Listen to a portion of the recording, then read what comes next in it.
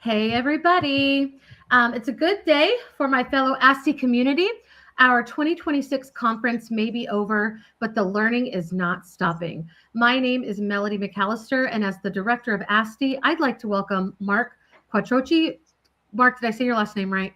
You got it, Melody. You did. Okay, also, I'm sorry. I should have asked you that before we went live. But Mark is from Sprig Learning, one of our newest sponsors.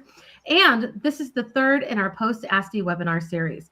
But before we get started, I want to thank Mark and Sprig Learning for being part of our ASTI conference this year. We could not do this annual event without our sponsors. In preparation for ASTI, I was able to talk to Mark a few times, and I was so excited to learn more about Sprig Learning. I think the resources and tech he's sharing about Indigenous learning is spot on for our Alaskan culture and standards. Did you talk to Mark at ASTI? Because whenever I looked at his booth, he was always talking with someone, and it made me so happy.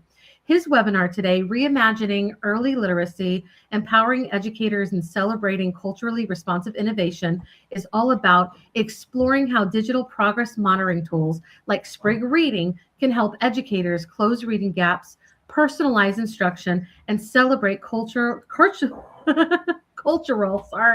diversity through customized Indigenous education resources, all while making learning engaging, impactful.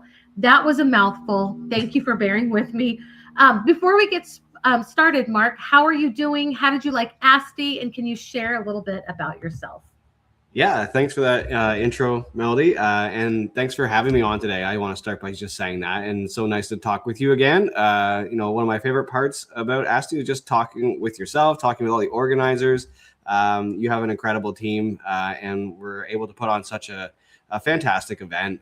And as a vendor, I've been to a number of conferences as an attendee, as an exhibitor, and just felt so welcome, and so many great conversations in terms of just getting to know people, getting to know more about Alaska. It was Sprig Learning. We're Ottawa-based, Canada-based organization, and it was our first time to Alaska. My first time to Alaska, and I just felt so welcome and so happy to be there. One of the greatest things, you're saying I'm always at my booth talking to someone. I did a lot of talking, but I also did a lot of listening. And what I heard there was just a lot of passion. People coming from near and far to ASTI to be there, to learn, to grow, and just to share their little piece of Alaska. And it was such a great experience. I love that so much. And our ASTI board president says we love Sprig. We really do. And there's so much, even though you are in Ottawa, Canada, and we're here in Anchorage and all over Alaska, there's just so much that we have in common. So when I got to talk with you, I absolutely love that, like the Indigenous resources that you're going to share, like those are really special to us as well. And in my classroom, I do have Alaska Native students, and we have a pretty large population of Alaska Native students in our school, and like getting to be more culturally responsive is something that I definitely feel is important for myself and other teachers. No, absolutely, and I think that's a lot of the reason why I wanted to come to Alaska to learn, but also to be able to support with some of the good work that we're doing here in Canada. And I see a lot of lineage there and what we can do to support each other and grow, and to be able to support teachers, most importantly, and the students in the classroom. That's why we do what we do.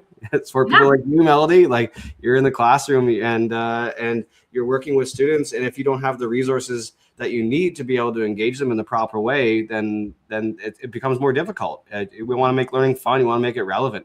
That's what it's all about. Totally. And you want kids to come to class, all across the, probably country and probably in Canada too. We're facing a lot of troubles just getting kids to come to school. And, if we can give them a reason to keep coming back, I think that's really important. So, let me know when you're ready and we'll get your presentation. I can't wait to get started. And I'll be sharing resources as Mark kind of shares more about Sprig Learning and Sprig Reading. And let us know if you're listening, if you have any comments, if you have questions, where you're coming in from. We love that back and forth, and we look forward to sharing with everybody who's watching live and afterwards. Yeah, please comment, ask a question. I'd be happy to even slow things down and not just wait to the end if we need to, because I want this to feel more like a conversation. I'll be sharing some slides. I'll be sharing some a couple of little video clips here and there embedded in the presentation. But ultimately, my goal here is to be able to just share a bit more about what we're up to, how you can engage with us, how you can get involved, and how we can support you and work with you. That's the ultimate goal. So again, thanks for having me, and let's kick things off. We can share that presentation. Yeah, this was nice pictures of myself. I grew a little bit of a thing since then, but it was a great presentation to be able to kind of resharing a little bit of what I shared at ASTI. Everyone was so busy going every which way to different presentations. So I thought it would be great to kind of reiterate what I was kind of sharing there. And this is kind of what I was sharing at my table anyway, at my booth, and in the conversations I was having, whether at the booth or maybe that was, after hours somewhere, talking to someone, because the conversations didn't just stop, when the breakout rooms were done. It was across, a few days, and it was really great to see. A bit about myself as I kind of start this off. Why am I in this space? Why should I be talking about this? For me, at the core of it, I'm a teacher. So I've taught overseas in China. I've taught overseas at a Canadian International School for 4 years. I've lived in South Korea as well, teaching English. I've also taught in Canada. One of the things that I'm very passionate about is education. It's in my family. It's and many people in my family are teachers, principals, those types of things. And so I always grew up in a very supportive, when we talk about education, a very supportive home. Education was very important for me. Something that I always was passionate about was reading. And being able to, have access to books and those things, whether it's going to the library and those types of things, and expanding and learning about new stories and those types of things. And I think that's where that passion grew, to be able to want to work with students, to work with, in education. And so for me as well, I think that world travel, those types of things all brought it together to be able to eventually come work for Sprig Learning, mainly because I like to feel when I work with an organization and the work that I do that I'm having an impact. So I always felt like I did that as a teacher. Like I always felt like even if it was a small incremental little thing, right? There was something happening in the classroom. I felt the student got something that day. That was always special to me. With Sprig Learning, I feel I can connect with a lot of different people, and I can support educators in the classroom to have those tools and that Indigenous aspect, that connecting with sometimes the more marginalized communities throughout the world, and to be able to support those students to achieve their goals is something that's super important to me. And as we kind of get going, from Sprig, we want to start things off with a bit of like a way to say thank you for joining in here today. So something that was really popular at ASTI this year was Underlay. And so we have our moose puppet. I love Underlay. Here he is. And he actually has haptic sensors in his nostrils. So you can play with the iPad. You can tell the story at the same time that you're doing. You're doing a story and you're reading the story at the same time you're talking with Underlay. And so what we want to do is to be able to kind of give an offer in connection to both what we work with, which is progress monitoring and Indigenous resources. So we're offering, if you buy a moose, so you need to send me an email. My email is on the screen, Mark.Quattrocchi at spriglearning.com. And I'll send you a promo code where it'll take you to a link. And essentially you buy the moose and it gets shipped to Alaska. This is Alaska only. This is exclusive thing here. So Alaska only. It has a $500 value because with it, you'll get a year of Sprig Reading. So that's for the remainder of this school year and all of the following year. And you might be not thinking right now, what is Sprig Reading? I don't know what that is. Maybe exactly. You haven't heard of it before. So that's what we're going to talk about today, how Sprig Reading can support you in the classroom. And also, how you can bring a lovable moose into your classroom. And, it's great for the kindergarten up to grade 3, I find. So that's something. Yeah.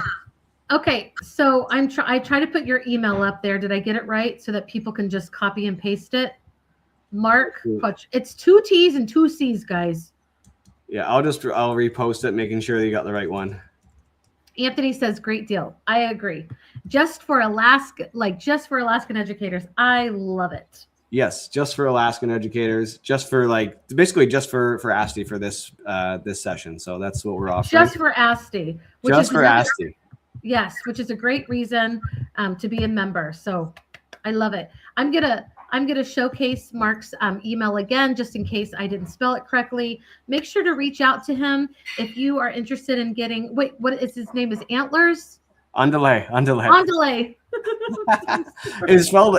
It's basically spelled antlers and Antale, but yeah, for sure. You got it, Melody. I'm so silly. Okay, wonderful. And yeah, I love it. And our mascot at my school is a moose, so I can't wait. Well, your moose is on the way, Melody. It should have been there by now. I know. I wonder if I wondered, I've been, why haven't they given me the mail yet? I don't know, but yes. And if you want to go full screen to show on delay, you know what I mean, let me know and I'll bring full screen so everybody can see him as well. Sounds good. But yeah, that's what we're kind of offering here. And it's just a little bit of a thank you. Please feel free to reach out, even if you don't want to purchase the moose or anything like that, or if you just want to reach out and learn more about our programming, I would be happy to connect with you and we can chat back and forth.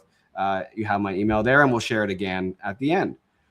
To share a bit about Sprig Learning as a company, we started in 2018 officially, so not too long ago. But essentially, our goal is to give every child a fair shot at success. That's the main goal of what we do. That starts at home, that's at school, and that's in the community. By all of us working together, we can support students on a daily basis. And one of those things that we often like to share is where we work. And so it's typically in that pre-kindergarten to grade 3 space. But if we talk about, for example, Sprig Reading, which will be the focus of today, when we look at Sprig Reading, it is what we call a tier 1 tool. So it's for all students, but that can be used, Sprig Reading can be used all the way up to grade 8. Typically it's a kindergarten to grade 3 tool, but it actually can be used as a tier 2, tier 3 intervention. Sprig Reading, and I'll talk a bit more about this as well, is a teacher tool, and it is designed for teachers to support them and their students in the classroom. So is it okay if I say something? Go for it. Yeah, jump in at any point, Melody. Do you mind going back to the other screen? Yeah. So what I love about this, and I'm a 3rd grade teacher, and I do have a 2nd grade, 3rd grade combo, but this is great for our Alaska Reads Act, where we are really making sure that our K through 3 students are literate. And there's a huge emphasis on this. I had to go through quite a bit of training this year, and teachers from K through 3 have to. So another thing that really makes me like this program is just that it really aligns with what our state is trying to do with literacy. Absolutely. And I'm going to show something a little bit later on that will make you really excited, I think, when we talk about the Alaska Reads Act and the Alaska state standards, because our goal is really to focus on the students that tend to not succeed in the system. In doing so, we can lean on cultural and contextual, environmental factors, as well as practices to be able to support those students. And what we do is to give tools that need to be reflective of the student's culture, of their context. And this is why we co-design. This is why we co-create Indigenous resources with educators, families, elders, knowledge keepers, and communities. So we look at the whole child with all of our tools and all of our resources, as you should, building these programs with students in mind. And so we have customized features and tools that help support students, and teachers and the systems in these, students are part of these systems, part of these environments, and so are teachers. We want to be able to support them. And it's not just Indigenous, or, for example, Inuit focused, but all students, marginalized, Black, Latino, low income, so on. So, basically, as I said before, who generally don't or struggle in the systems. When you talked before, Melody, about attendance, people just coming to school. It's being able to tap into that learning style that makes them unique, and we want to be able to support them on a daily basis. And one way that we do that is through with the Sprig Reading is through progress monitoring. So when I say progress monitoring, Melody, I'm going to put you on the spot here. What kind of comes to mind? You can use your classroom as an example, but progress monitoring, what are some examples from your class? What are some things that come to mind when we talk about this topic? Yeah. So depending on like how our students score, and we do the M-class suite and everything, and how they score. So if they're below or well below, those are the students that we choose to progress monitor. And, we try to test our below students at least once a month, and then our well below twice a month. I try to just progress monitor everybody twice a month because, I really like, it's not everybody in the class. I probably have less than 10 kids that I do this with.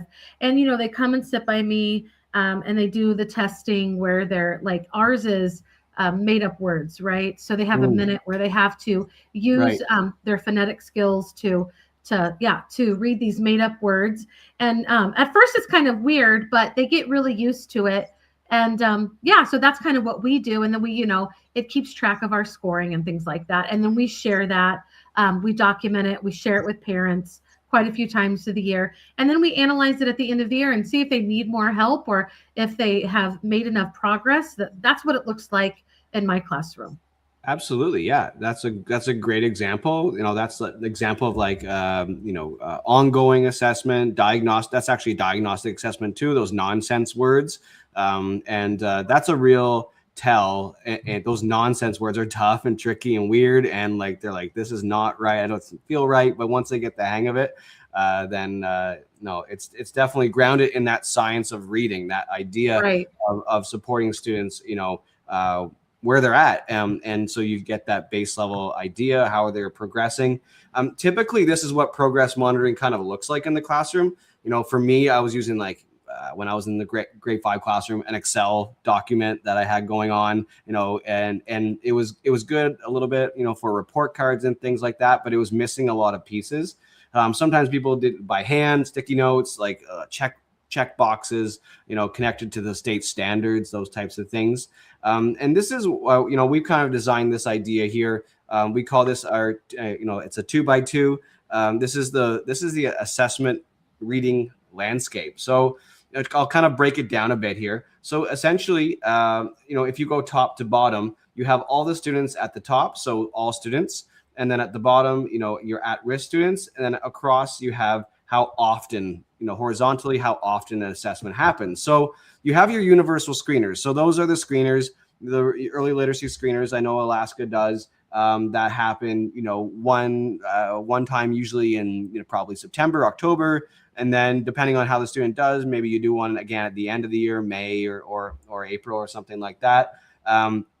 And then you also have on there your summative assessments, which are, your, regular statewide testing and those types of things. What you're talking about is those diagnostic assessments that happen not like a little bit more frequently, but not for all students. And so where we come to play with Sprig Reading is in that really important top right-hand corner. So it's for all students on a consistent basis. So it's being able to progress, monitor, and track all the skills required to read at grade level for all students. Now, that might seem like a lot, but when we start to break it down, it becomes a bit more manageable. And through the Sprig Reading tool, we can design it in a way so that you can filter by grade, filter by skills, filter by all these things. So basically, what Sprig Reading is, when you break it down, is a digital progress monitoring tool for pre-K to grade 3, and that tracks all skills for all students. So that's actually a lot. So it's actually 208 skills required to read at grade level by the end of grade 3, and 220 high frequency words or sight words, whatever you want to call them, based upon the layest science of reading research. So it's a lot there. And it's important to progress monitor because, for example, if you do an assessment, you have that screener at the beginning of the year and the student does well, and you don't do anything in between, you don't do any progress monitoring, you're just observing, you're looking at their work, things can fall through the cracks. and eventually you get to the end of the year and you realize they don't know how to blend. They don't know how to, they don't know what a digraph is. They don't know how to make that sound. They don't know their CVC words and those types of things. So what we like to do is kind of break it down to this perfect world. So we want to have a tool that's easy to use and intuitive for teachers. It can't be another thing. Teachers don't need it. Right. Teachers don't need another thing. They already have enough on their plate. I know for myself, that's a real thing.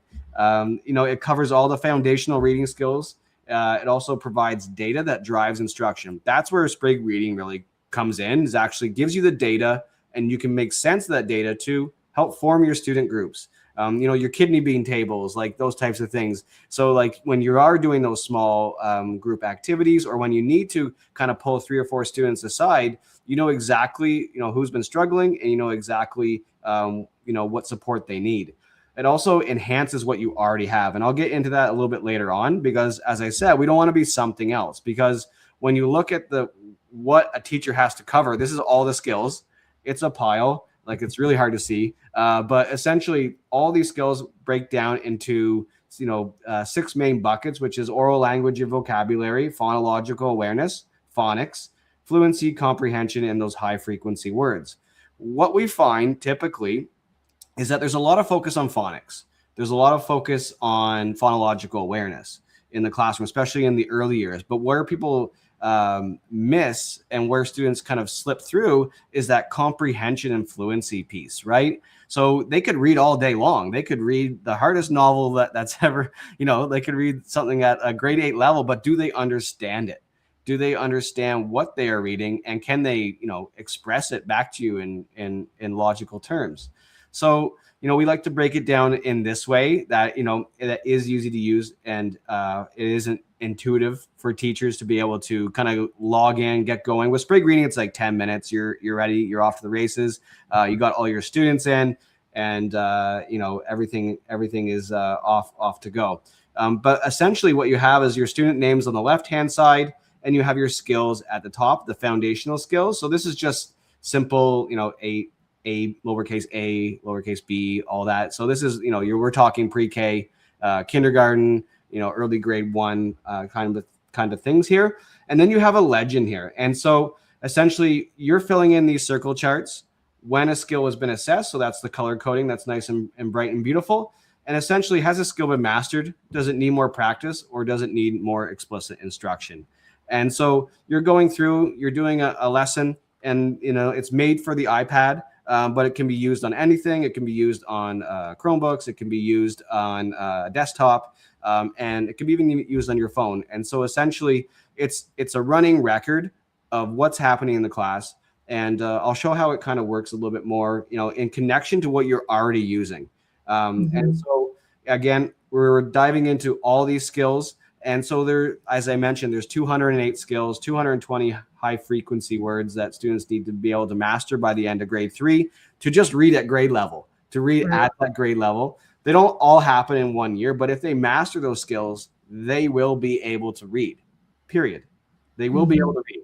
And so Sprig Reading really is, for me, it's something I wish I kind of had when I was in the classroom, but it's the only platform that has all those skills in one place. There's other things out there that kind of, it's a little bit here, a little bit there, but it actually takes all those skills that are required, and it's data driven. And so, for example, in this situation, the one that's highlighted, you can see, for example, the letter C, maybe a bit of a miss. I can see, for example, as well, Adil in the second row down, also a bit of a, struggling with some of the lowercase letters. So I can see that data. I can flag it to the early interventionist person. It's not meant to be just on the homeroom teacher. It never is, but it often does fall on that homeroom teacher. It's meant to be a collaborative effort. You can put in comments, you can write notes, you can take pictures and videos of the students' work. And it's something great that you could share with families too at interview time and when you're having those tough conversations, but also when you're celebrating those victories, right? That's super important. Celebrating those victories for those students. And, it might be incremental. They may have just been able to, identify a few more, digraphs or a few more consonants, for example, but you want to be able to celebrate that with those students.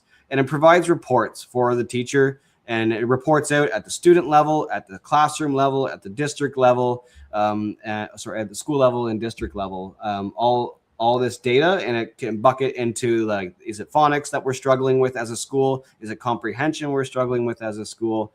And all these pieces really do level up to see where do we need extra support, or actually where can we invest our time in so our students are succeeding. And the last piece there is enhancing your existing resources. So I think this is one of the most important parts about Sprig Reading, is that it like, for example, you got UFly right here. Right. Manual. It's huge. It's heavy. It's a huge book.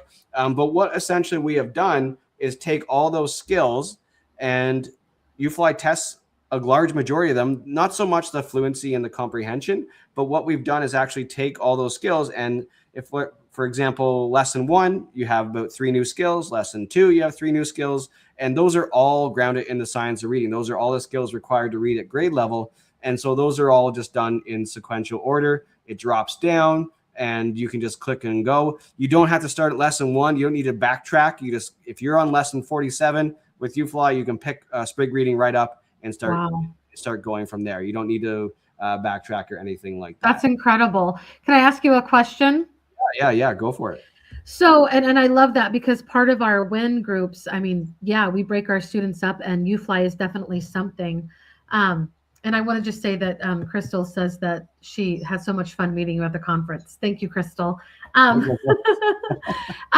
So is this something like, so we do like a WIN group every 40 minutes at the end of the day, and we break our students into like what skill that they need to really work on. And it changes according to whatever, like their progress monitoring, and then of course their evaluation.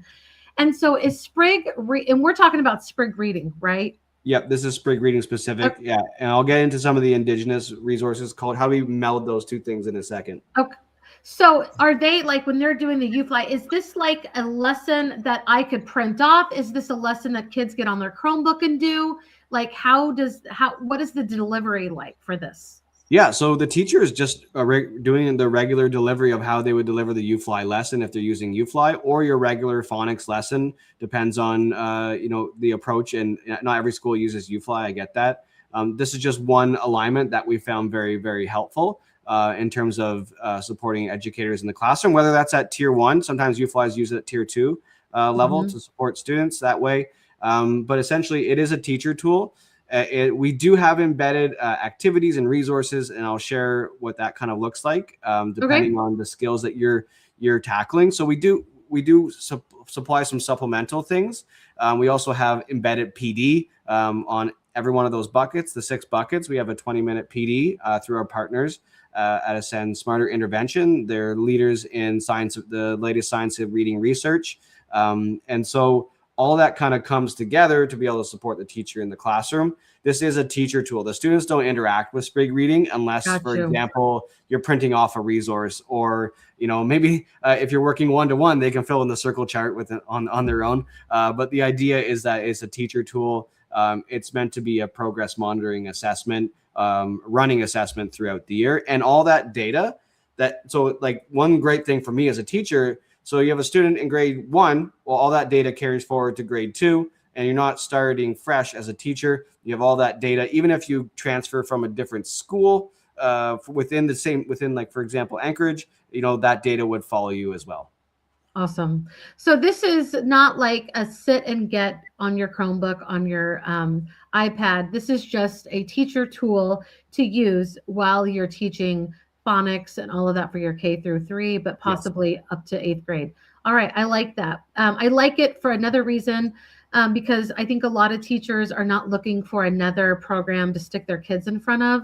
No. And so to hear you say this, it makes me feel good, because what I'm trying to promote, especially in my role, is that using tech in a balanced way is definitely something that we're looking for. So I love it. And I really appreciate this as an educator who would be using this tool.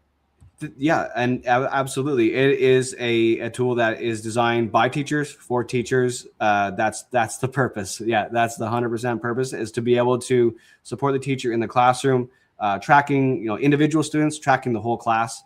And one really important thing is we've also created a alignment here. I'll make that a little bit bigger with the Alaska State Standards. So we can filter, for example, by UFly in Sprig Reading, but you could also filter by the Alaska State Standards. And so these are the standards that you're actually reporting out on your report card. So you could dive into, for example, let's say it would, you want to filter specifically by grade. Let's say maybe it's grade 1, so or grade 2. You just click, how you want to filter that, and that will actually shuffle the deck on the Alaska State Standards. And then you can kind of go from there and actually dive into, let's say, phonological awareness. And so produces rhyming words, syllables, and spoken words. And then you can kind of fill it out for Brandon and go on and so forth. And this is something that, as a teacher, come report card time, makes doing those, reporting out on those state standards really quite easy for teachers. So that's something that we've done. We've also embedded culturally relevant resources within there, and I'll show you where those can be found in a second. I like the full screen if you can keep it, but I don't know if you can keep it. I was trying to do that on my end, but whatever you did to make the screen larger, I love it. I'll try to zoom in here. Give me a second. And if you can't, like if it's not a button, I didn't know. Yeah, on your end, no worries. Yeah, I'm not seeing it on my end at this moment.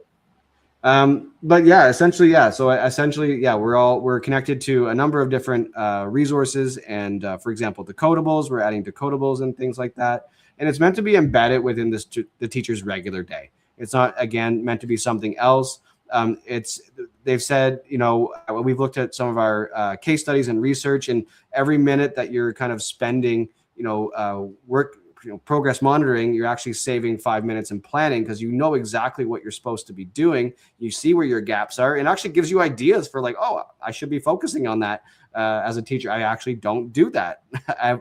My students this year I was completely missing it because there's so many skills to cover. As I said, we look at professional development. We want to be able to support students there. And one of the most important things for us is data privacy and security. It's secure by design. We take this incredibly seriously. Our CTO is a world leader in supporting cybersecurity around the world. And so this is number one for us as well, supporting student data, supporting teachers in the classroom data, and things like that. As I mentioned, we also have activities, a bunch of activities that are embedded, and you can actually filter those by, let's say you're working on a CVC words. You can filter the activities by the CVC words that you're working on. We call this educational intelligence. And so it actually filters things that way, depending on what your class needs or where some of those gaps are. And we also have resources that are embedded. These are printable. You can put them on the smartboard, or you can print them off. Some of them are stories, and we're continuing to add to this all the time. So it does come as like something for like early finishers, or you can put it on the screen, and kids can do something in their notebooks at their desk.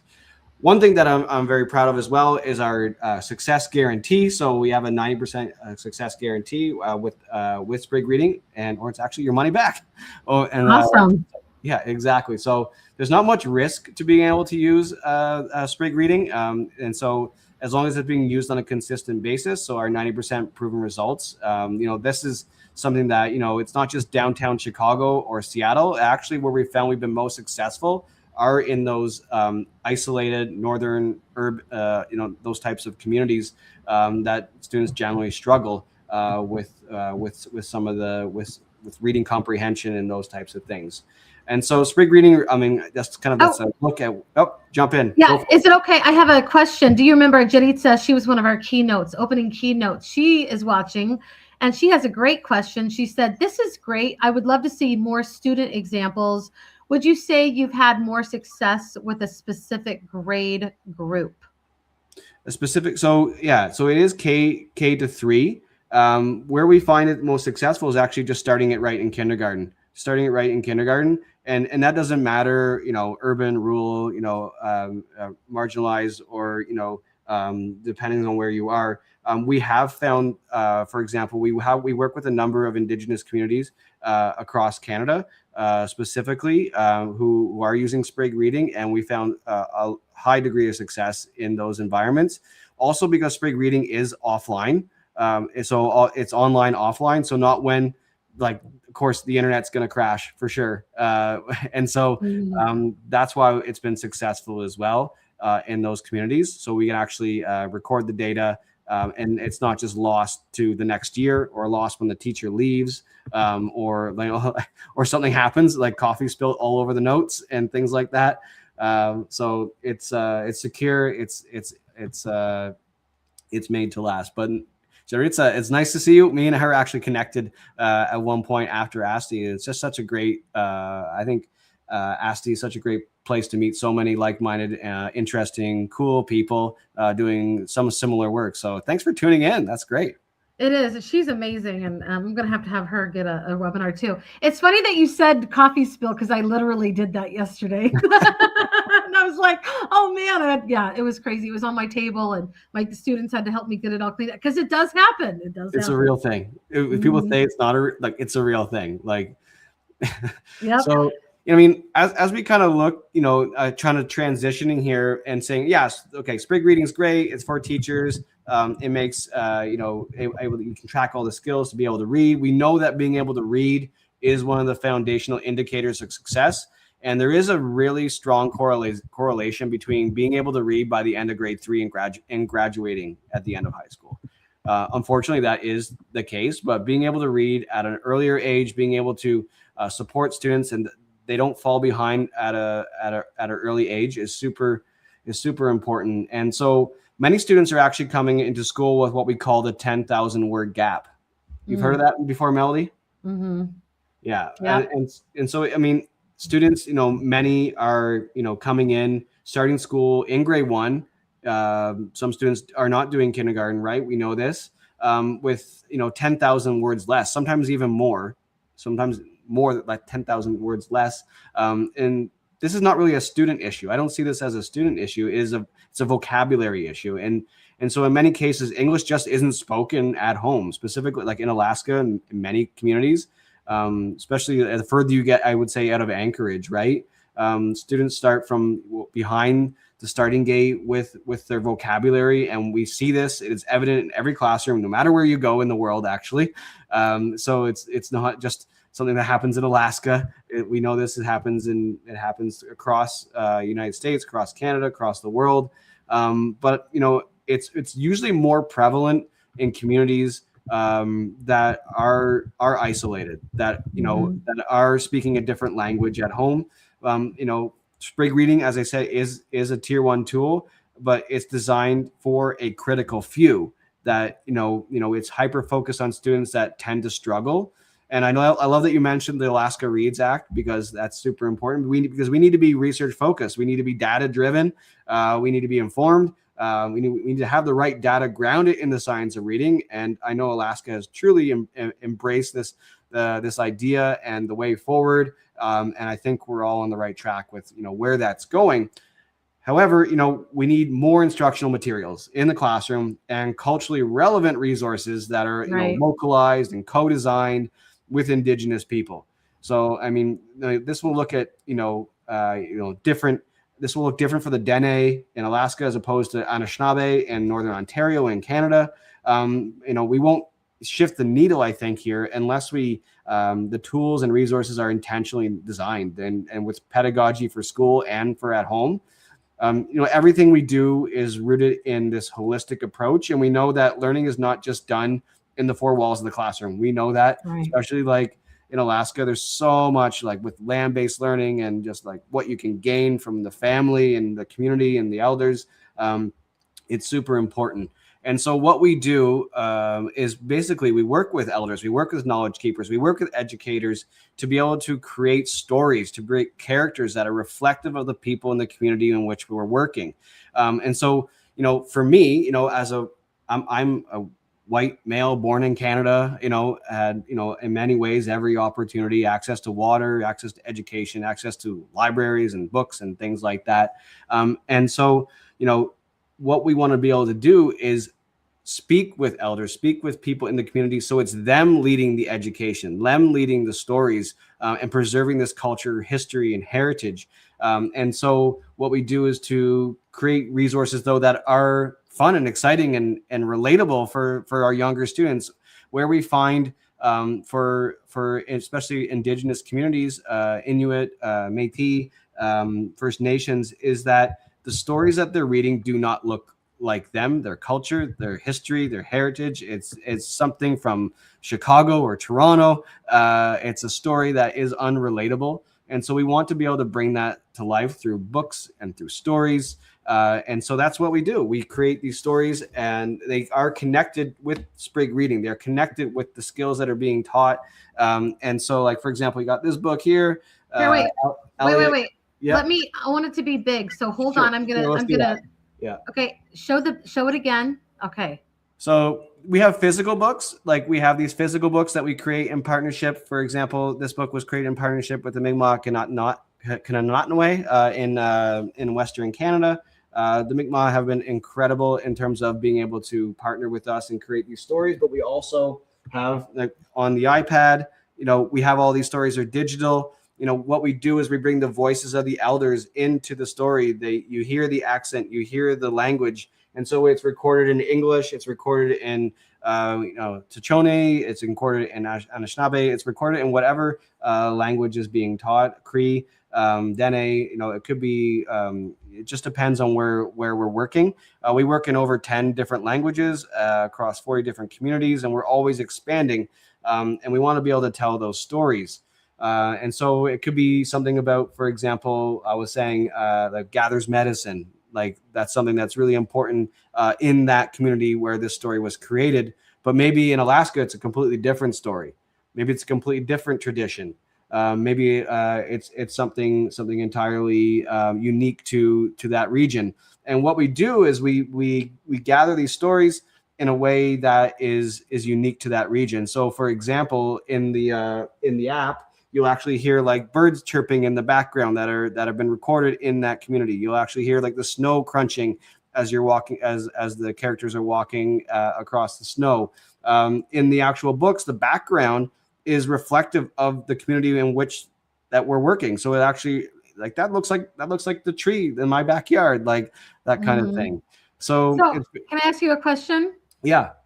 When you say like the elders and have something to, like, do they actually read? Is it their voices that are recorded? Absolutely. It's not like, wow. So that's really incredible. It's not computer generated. It is real people. Nothing. No, none of it's AI generated. All of it is done. It's very manual. All of it. We're literally deciding on the story with the elders, with the community. Everyone's approving it. Everyone's improving the language, and for example, that is appearing in the story. And then also it's then recorded. The voice is recorded and put into the digital version through our Sprig Library app, which is free, by the way. Anyone can go download Sprig Library right now, and you can listen to some Mi'kmaq stories. You can listen to some stories in English. Yeah, exactly. Melody, put it on the screen right there. So you can follow through there. If you have an iPad, unfortunately, it is unfortunately too, it's best on iPad. So you can search, if you have an iPad, Sprig Library, and you can search that out. But at the back of every book, there's a glossary. And then, like, for example, sometimes we do a combination depending on everything's custom. So if you want to change the title of the story and just have the title in the traditional language. And then you could also have, for example, Niskamin, for example, grandfather, like it'll be keywords that will be in the traditional language. So it depends on what people would like to create. And again, this is our Sprig Revitalization, our Sprig Library app with these interactive stories. We've also created YouTube shorts, which is really cool. So we actually have some videos. If we have time at the end, I'll play a snippet of a quick video. It's really fantastic. And then connected to that, I was just showing Underlay, but we have co-designed as well. We have our cute little hand puppets. And again, all these are designed in collaboration with the Mi'kmaq and Ahtnaway and Eastern Canada. But the goal here is to be able to bring characters into the classroom, give them their own personality, give them their own name. Yes, Underlay is Underlay, but like make Underlay what's special for your classroom. And oftentimes, like for example, these puppets, sometimes they get sent home with the books and those types of things, and parents can help bring that to life. And because we're doing this, we're in this space, it also ends up being working with math resources and customizing things that way. With our Sprig language program, we've done these oral assessments to be able to track data pieces, and by using the hand puppets to help bring that to life. But when we look really, yeah, really quick, I have a question from Jaritza, and I want to ask it. Please, yeah, go for it. It's okay. Okay, she says she had a couple of meetings today on America's literacy. Oh my gosh, I can't talk. Literacy crisis and the need for literacy reform directly from states. Wondering if districts and schools in need can strategically utilize the comprehensive literacy. I'm sorry. I need to have some literacy coaching. Okay, can utilize the comprehensive literacy state development grant to support literacy across Alaska and receive access to some apps like Sprig Learning. Okay, yes. Somebody's been doing our homework. Thank you. CLSD funding. Yes, this is for us. This is something that we're working towards and on. We want to continue to work towards this with the Department of Education. It is a bit of a process. And vetting. We are on that track to be able to tap into that CLSD funding. It is a bit of a challenge, but it's just to making sure there's a reason why there's a challenge behind it. I understand that is to make sure that resources that are being given into the hands of people that are through state funding are grounded in the science of reading. So they're approved in the proper way. But yes, Jaritza. Yes, you have been doing your homework, so thank you. But yes, CLSD funding across U.S. Like this is something that's super important to be able to tap into for educators. It is a unique bucket of funding that usually I don't know how it just is not touched. It is allocated it's over usually a 4 or 5 year period. So look into CLSD funding in your area, and there's also there's the Alaska programs that are approved, and we're working towards that right now because it's super important to be able for educators, for districts to be able to tap into that. Yeah. Okay. I know. Wait. Go back to the other. I just want to say, those three. Oh, go to the community, parents. Yeah. Okay. Yeah. I just want to say that this is where my heart is, honestly. The media likes to portray that, likes to pit parents and educators against each other. But honestly, we do make the community together. And I get to work with amazing parents, open-minded parents, supportive parents. And I work in a very, very supportive community. And so the fact that you guys have made this priority for me, that's and then you're talking about the whole child.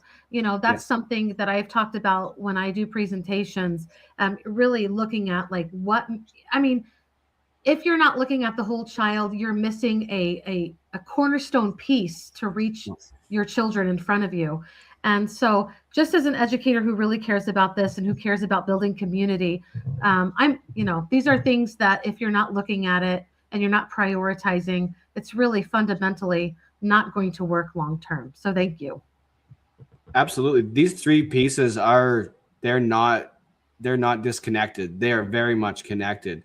What happens at home, what happens at school, what happens in the community affects that whole child. Right. And so that's never going to change. These pieces, when they work in harmony, that's when you have a happy learner, right? Right. And when these pieces are when they're connecting, when they're talking, when they're communicating, when they're not in strife with one another, then that's when the learners can be successful. When it's not this idea of parents versus the teacher, or community versus the parents, or someone holding someone else back. No, we want to be able to support that as the whole student. And then they want to come home with exciting stories. I learned this in school today, right? And they want to talk. You want to talk about it at home, and then you want to be able to see that happening in your community. So they are very much connected. And for us, I mean, just to kind of ground us in that even a little bit further, is that, at its core, the origins of Sprig come from this holistic assessment. That's where we are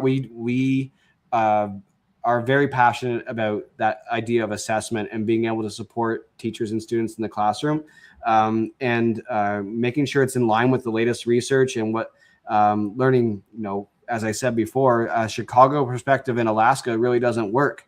Right. So it's bringing that community into it. So we have, for example, here our Inuit holistic lifelong learning model. And so I can share some of these types of things too after, so you can kind of zone in on them. But, learning should be experiential. So we develop tools that align to that Indigenous perspective.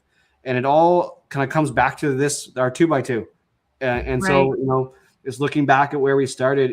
Sprig Reading is about assessing those skills. However, when we do that, we need to bring in the culture. We need to bring in the context to those skills that are being assessed. And we do that through, it's not just our stories. Like, there's tons of great resources in Alaska already too. But it's bringing in stories that are important to those individual communities, that are up to date. And that's what learning is all about.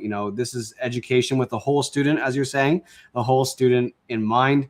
And by what we kind of call redefining, we hear this all the time, redefining what success looks like and how it's measured in a specific community. We can start to see results that are tangible, and it makes for happier learners when they're learning about things that are completely relevant to their daily life. When they come home with a story they didn't know, maybe you show them a cool YouTube video and you had a discussion.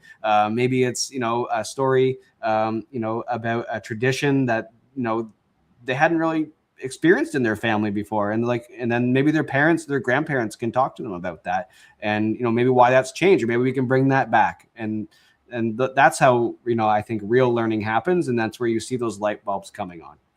Yeah, and I can imagine, using these resources, and I think that there's also a more equitable piece about using the books that you hold, not having to completely rely on technology to be able to practice and reinforce a lot of these skills.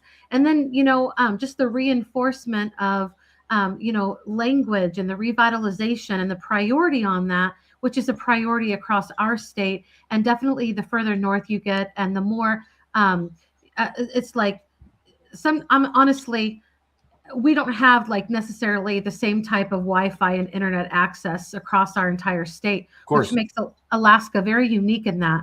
And I think about that a lot, to be honest with you, in my position at ASTE. So what kind of thrills me is just those areas and those and the people that want to revitalize their language and all the things that were lost when we kind of tried to, I don't know, for lack of a better word, kind of whitewash everything, right? And instill culture. And so I really like this. I think it's, right on. And the bridge, I think of it as a bridge where you're learning from school and you're going from home and back and forth.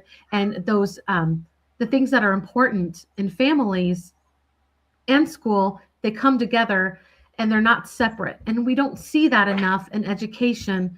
And I think that's kind of harmful, to be honest with you. So I do like this. I'm sorry, I'll stop talking. But I kind of see in this program something different than what I've seen in other programs. And I really think it's great.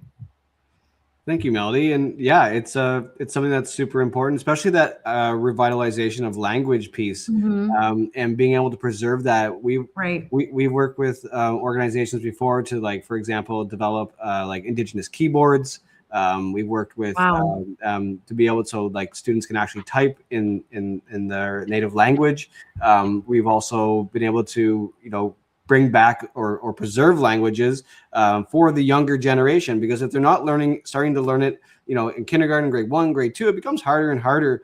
And then, over the years and that excitement. And so they're kid stories. They're stories that are relevant. It could be about making a specific dish. I'll show you a quick video before we go. It could be about making a quick dish. It could be about going to a powwow, and it's culturally relevant to the area. So, for example, the characters that we have the fox, the beaver, and things like that. But maybe that's that's important in Ontario, for example. But in Alaska, maybe it's the raven, maybe it is the wolf, maybe it is the polar bear, the eagle. And so you want to have that's what we talk about, being responsive to the environment in which you're in. It's super important. The raven is very important. Of course. Yes, raven is very important. And, to kind of finish things off, just as a reminder, if you do want to learn more, or you want a moose, if you want access to Sprig Reading for the year, feel free to reach out to myself. I'll share that promo code with you.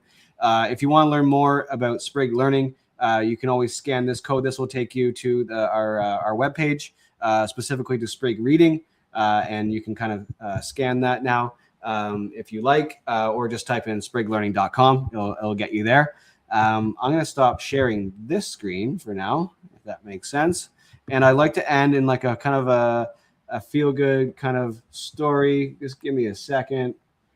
I know it's so ridiculous how the sun is. I love this room, but yes. And I put your email on the screen. If you're interested in getting the moose and Sprig Reading free for a year. And I love that you're not just going till the end of the year. You're going like end it strong and begin it strong. I love it. Like get started, get used to it right now, and then have it for the whole next year. And then we can talk about how we can support your school, support more teachers, support your co-teacher. That usually is a great thing, and bring other people into it that way. Let's see. And I put your email on there, so just reach out to Mark. And if you, I can reach out and make an introduction if necessary. Anthony, our ASTE president, says thank you so much for sharing such an incredible tool with our membership. Yes. And then thanks, Anthony, you're the best. And then our friend, my best friend, Emily, says, Mel and Mark, you're both amazing. And she's an amazing teacher, one of my most favorite teachers, also an ASTE member. So yes, totally. Thanks for joining, Emily. Thanks for everyone for joining. I'm going to share a quick video here. I know we're kind of at time, and people are looking to get some. I know it's Alaska time. I'm looking to go to bed here soon. It's almost 9:30, but it's like dinner time there, so I get that. People have had a long day. This is our I guess you call our our revitalization section of our website. This is our website, nice and beautiful and colorful. I'll share a quick story. It's going to be in the native language in Mi'kmaq. It's about making lushkinikin, and I'll just share a tiny portion of it.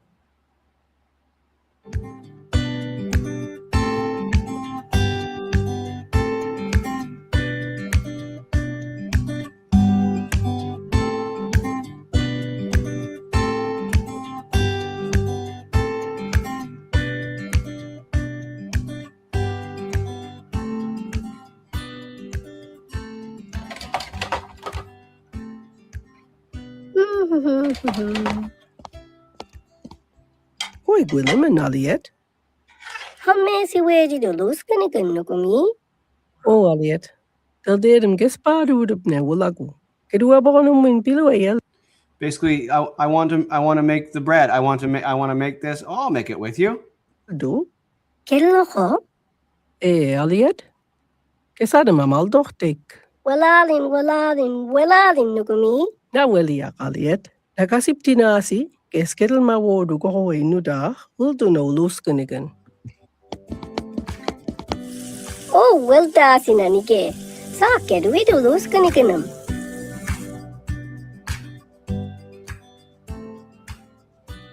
Na Elliot, aladu lach pisudi. Das gemiddel dochtik. Gedu abe squal siu.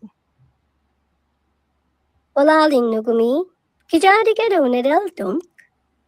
Kiji dochtedo. Na sig debautig eskumadum Elliot. Dunk, amush pamawodu go hoy godum. Kui nudahel dunk luskinikin.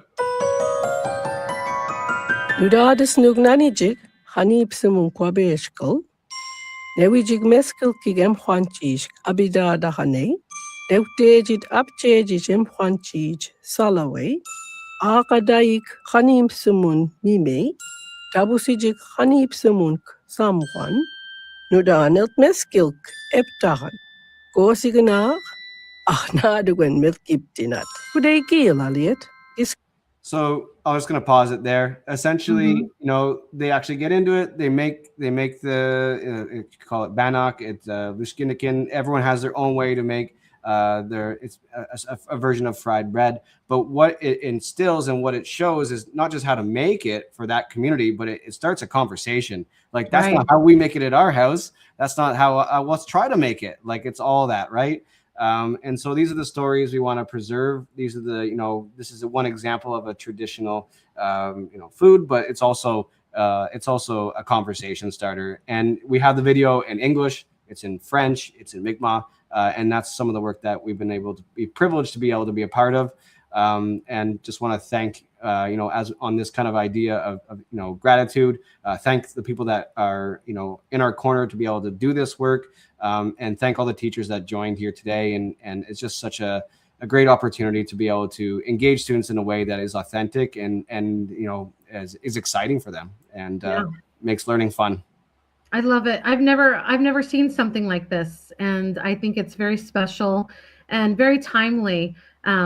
And just something that we definitely need. I'm so excited that Sprig Learning is part of ASTI now, and I hope that you guys will come back, but because I feel like we'll just get it started, and we want that relationship to grow. So thank you, Mark, and thank you, Sprig Learning, for being a part of our community. And I just want to say to everybody who watched live, or even those people who watch afterwards, thank you so much for joining us today, for listening. Become part of our community on Facebook. Stay in touch with educators across Alaska. Find out what makes us amazing and be a part of that too. And also, this isn't the end. Next week, it's April 1st, but this is no joke. Get it? April 1st. We'll have our next webinar with Julian from Book Creator and Cam with Book Creator from Cami. And again, we appreciate our community so much, and we'll see you next time. Thank you, Mark, and for the time that you spent with us today. We really appreciate it. My pleasure. Thanks, Melly. Bye, everybody. Bye-bye.